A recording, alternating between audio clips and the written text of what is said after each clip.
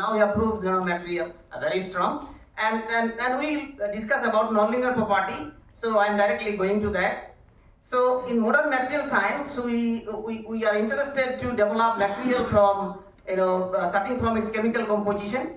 So and we play with the phase and microstructure, and we try to obtain the desired property suitable for different applications. So materials play a very important role. If you start from the Stone Age to the current age of the photonics, people are telling the last century, the century of electron, and current century, the century of photon. So you start from the Stone Age to the present age, the materials play an important role in our life. Now, so in our laboratory, we do research in different areas, particularly major focus on photonics and light emitting material, luminescent material, and also nonlinear material.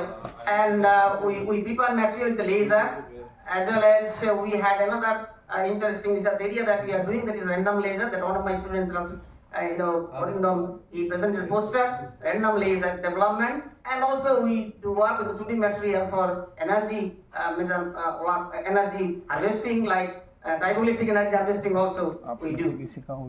So these are the different type of materials we have prepared in our lab in brief, and the different techniques we use for characterizing them. And nanomaterial are a lot of important applications in the coming days. Now coming to the nonlinear optics, which is the topic of the today's discussion, which I wanted to share with you, particularly the beginner. We know this in linear optics. If you incident a light on for example, there's a mirror. If you incident a light, you get the reflected light the same wavelength. If light is transmitted through a glass, you get the wavelength the same. And the transmittance through the material does not depend on the intensity of the incident light. So that's the linear one. But in case of the nonlinear optics, we find that sometimes the light, when passed through a material, its frequency changes. Okay, invisible light, infrared, become green. So second harmonic generation, for example. So similarly, we can have a third harmonic generation. And also, like, transmission through the material might change as a function of the intensity. So these are called nonlinear property. Now how it comes?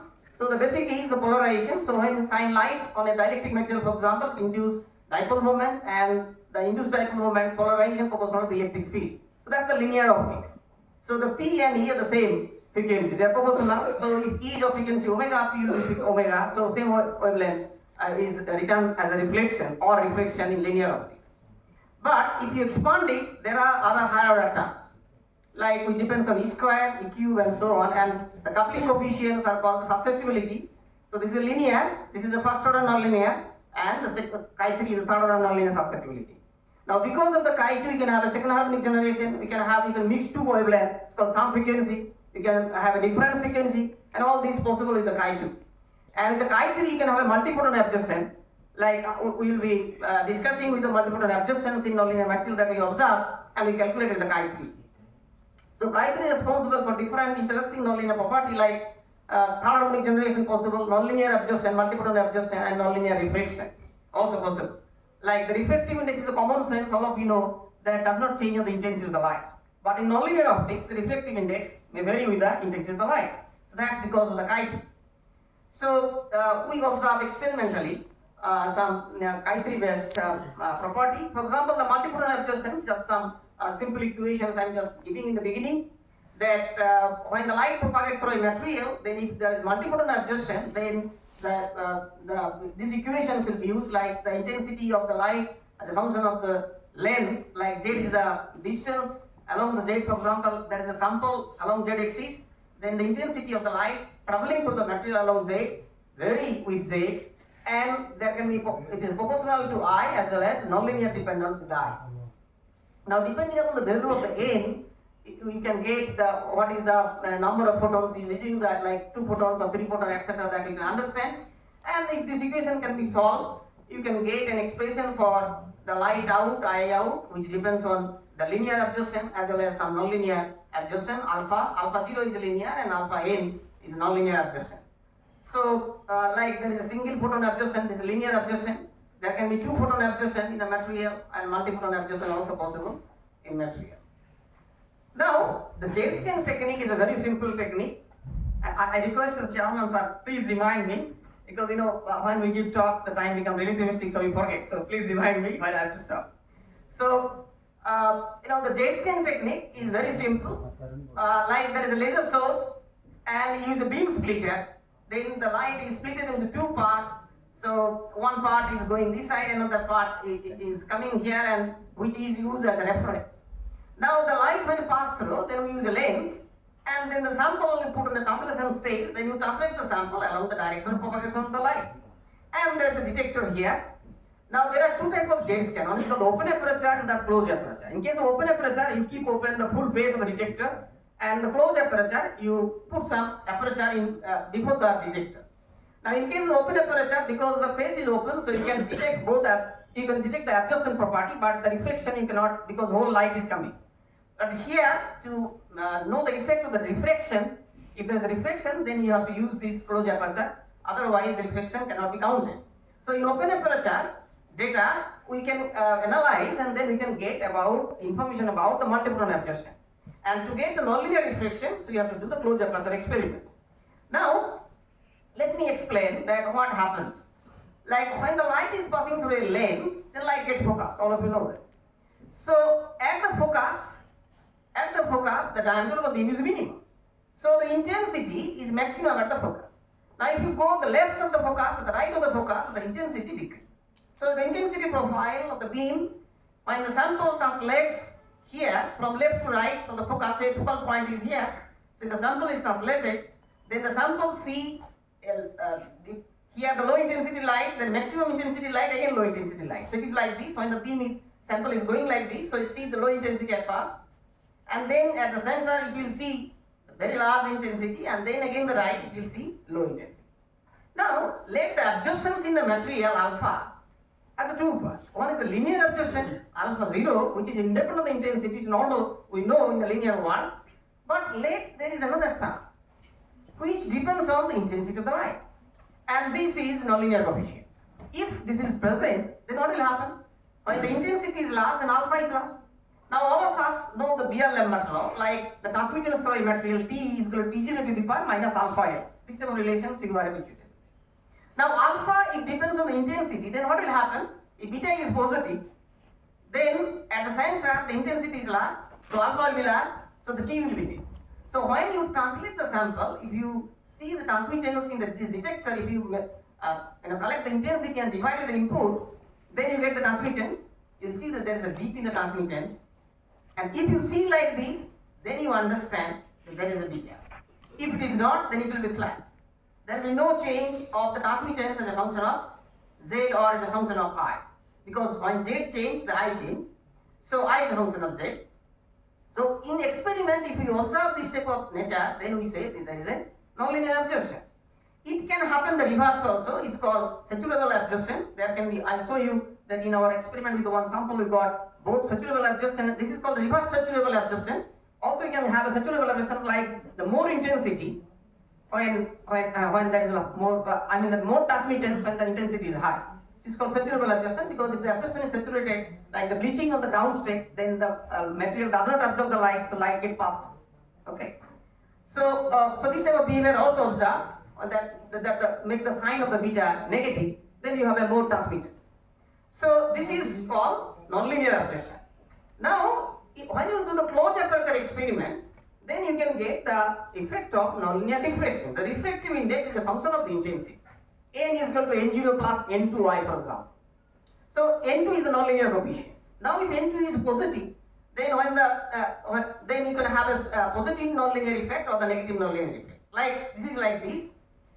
Like for example, when the sample is here, and let you have a positive nonlinearity. Now what will happen? For example, the original focus is here, but because of the presence of the sample itself changes the intensity of the light. For example, in our society there are some people, when you discuss something, some people diverge it. Okay. For example, you are discussing for organizing this conference, you are fixing a date. Now there will be some people, no, don't do this date because there is a lot of cold will be there and people are busy, the semester end. And somebody will say, no, I have some other conference everywhere, let us do in the summer time. So discussion continues, diverging time. But there is some person, no, let us do on that day, that is best one, done. So it is focusing type. So it is called self-focusing. There are some material also which focus the light. So light passes through the material, light gets focused in the material because of the material. This is called self-focusing. But there are other material which defocus the light, called the self-defocusing. So both type of materials are available. So because of that, the focus gets shifted. Now, for example, if the focus gets shifted towards the detector, then you will get the more intensity. So you will get the peak, and then there is a value. There is another type of material where the light get defocused before the focus. When the sample is before the focus, then you get a valley, but when it is after the focus, you get a peak here. So by seeing these characteristics, you can identify the sign of the nonlinearity present in the material. It is self-defocusing material or self-focusing material. Just by doing this experiment, just by scanning your sample, you can identify. Experimental is not that easy. This schematically I am demonstrating, because in case of the CA, your effect of absorption also will remain present. So you have to take care properly. Anyway, so in case of open aperture, I have already discussed that nonlinear absorption and nonlinear refraction present, and this experiment can measure the sign as well as the magnitude. And you can have the transmittance a simple equation, analytical equation also available. So you can fit your data with this equation and get the value of n, and you get how many photons absorption is taking place in your material, that you can understand. So this is a famous paper of the Sheikh Bhai. They introduced this J-scan technique in this 1899. So the closed aperture again, I was telling in the closed aperture experiment, the real experimental data, you will have a both effect, the absorption as well as refraction. So to get the effect of pure refraction, you have to separate it out. So there are different techniques. One technique is divide. You divide your closed aperture experimental data by open aperture experimental data to the power P. P is a factor which depends on the linear transmission of the aperture, because you are using some aperture. So depending upon the diameter of the aperture, it will transmit the intensity. So it is called the linear transmitter. And then you get the pure refraction. Then you can feed your pure refraction with this type of equations are available. Now this delta phi depends on the nonlinear coefficient. Now whether it is chi3 effect or chi5 effect, that you can find out. It can be higher order nonlinear effects also possible, that you can feed your nonlinear refraction data with your z as a function of z. Z is here, x is here, z by z0. Z0 is called the Rayleigh range, pi omega 0 square by lambda, and z is the distance. So you take do your experiment, take the experimental data, then feed, and then try to find out the value of the nonlinear coefficients of your material. So this is the technique. So I'm just showing some of the results. Like for example, one of the results is in the recent past we have done with the geo with the bimetallic composites with the gold and silver, and we got very large properties. It was done in collaboration with Hyderabad University. My friend is there, Venugopal. So we did collaborations with their group. So we prepared the materials, and they did some experiments. Some part of the experiment, like the paper second laser experiment was done in the University of Hyderabad. Other experiments were done at MIT. Now here, what we did, like the geo is all of you know that is an important material, and it has a large nonlinear effects also. People have already studied. But here, what we have done. This is absorption property of the geo. So when you make the composites, then the absorption is shifted. So this proves that this composite is formed. So I am not going into detail. And also we prepare graphene quantum dot and nitrogen doped graphene quantum dot, and we compare their nonlinear property. So this is linear property I am showing, and we did X-ray diffraction also to find the presence of this conformation of the composite structure formation. This was done. This characterization was done only to understand that the composite is formed. And these are also the TEM image of the material. So we show the sheet-like structures, and the particles of the silver and the gold particles are surrounding on the geosheets are present. So it is seen, and their particle size, like silver particle size is little smaller, around 20 to 25 nanometer, but golds are little larger, around 60 nanometer. And these are the graphene quantum dots. I'm not going into details of this characterization. Now these are the nonlinear properties. For example, this is open aperture J-scan for all the samples at different intensity. So now when the intensity is low, then we observe saturable absorption because of the downstate bleaching.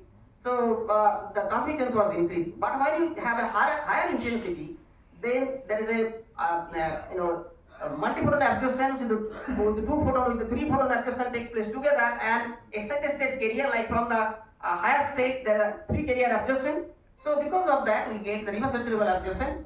And in the composite with the both gold and silver, the bimetallic composite, we got most the intense absorption and the largest nonlinearity is observed in these samples. So in all these samples, we got similar nature, but yes, there is a variation. Quantitative variation is there. The amount is different with material to material, but the composite structure show the highest nonlinear property.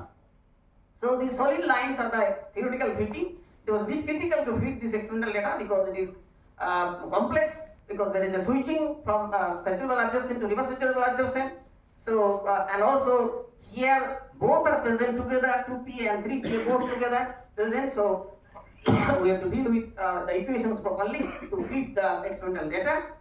And particularly for the composite structures, when you change the intensity, then you can see there is a linear variations of the nonlinear coefficients. So this shows that there is excited state absorption. So that's why there is a linear variations of the beta with I. And so these are the closed aperture data. So at the closed aperture, here also there is a switching of the sign of the nonlinear diffraction coefficient. As you can see, that initially there is a peak and then valley, but later there is a valley and the peak at higher intensity.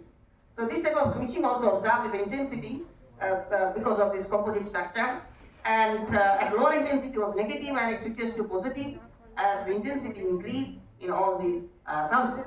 And we calculated the nonlinear coefficients, and we found that this composite structure showing very large nonlinearity, the 2 orders of magnitude, large nonlinearity is seen in this composite structure in compared to the GO as well as a nitrogen dope graphene quantum dot. So the nonlinear materials can be used in defense, like this type of multiphoton absorption has the 2 applications, like in medical imaging, like when you use longer wavelength, like for example, if you want to image the skin, say some tumor cell is there, so you can shine say infrared light because it does not absorb the infrared, but if you shine the ultraviolet, it absorbs. So ultraviolet light, but you have to image with ultraviolet, for example, then your resolutions will improve. So you can use infrared light, that will go, and there is a multiphoton. Instead of say you are incidenting 1200, but there is a 3 photon absorption, so effectively it absorbs 400 nanometer to the base because there is 3 photon absorption. So this is a technique. So by using such nonlinear material, you can have a medical imaging, as well as laser is now used in many aspects, like femtosecond lasers are used. So there can be damage of the material. So you need to protect the eye. In military also they use laser. So to protect the eye of the military, for example, you need some material which can protect from strong intensity laser light coming from other side. So people use like this type of self-protecting goggles. So this is called optical limiter. So we have seen that these nanomaterials has optical limiting property, means for example, here we are comparing the two from GQD and composite bimetallic composite. So when the intensity is low, it transmits full. But when the intensity is large, there is a nonlinear effect comes, so the transmission is reduced. So this can, fine, thank you. I'll finish. So we find that this type of material has applications as optical limiter. Now why this is happening? So here we have drawn the energy level structure. So geo is like this, so n to pi star transition, but when you make the composite, then there is a delay in the transitions and you can have a multiphoton absorption because there is 5D and 6 SP band of the gold is there, so you can have large energy gap, so there can be 3 photon absorption. So we find that because of this, we got the large nonlinearity in the material in the bimetallic structure, and there is a change in the energy band in the geo, the band structure change because of the composite formation. So in our group, we if you want to see our research, so we publish as much as possible. So all articles are available. So if anyone interested, you may please go through, and I'll be happy to work with you, collaborate with you. So we are ready to do that. So we do research in the illuminations. Like a few years back, we made material for fingerprint detections, and also we have a 2D nanomaterial like hexagonal boron nitride nonlinear property. This was done in collaboration with Professor Rajan, Rice University. It was published in Advanced Optical Material, Jescan Property, HPN. And also we have written book where nonlinear property Jescan is given as a tutorial 1 chapter. So anybody is interested to know the basics, so it is there. And random laser, recently in the last Here we have the two publications, one in Optic later and another in Josa B. So also details are there. And also we do work in energy harvesting, one publication nano energy, triballitic energy harvesting. So these are the research area. Just to attract the mind, the young people, okay, so that we can do good research in future, because I cannot do, I'm an old person, so only if you join, we can do. Yeah. So that's why I'm saying that in which area we are working. So here we basically discuss that we synthesize different type of material, zinc sulfide, zinc oxide. Also we do. I have not shown the results because these are the past results. So in the past we have quantum dot of zinc sulfide and zinc oxide, and also nanosheet structure of ZNS with the geo composite, and graphene quantum dot and this metal nanostructure and nanocomposite with the geo also we do, and we reported here knowledge optical property of the geo when we integrate with silver and gold, and it's so multiple adjustment property and also good optical limiting property. So I like to thank all the my collaborators as well as the funding agency which fund for this research, and particular thanks to Professor Rai and Professor Thanjaval is here, and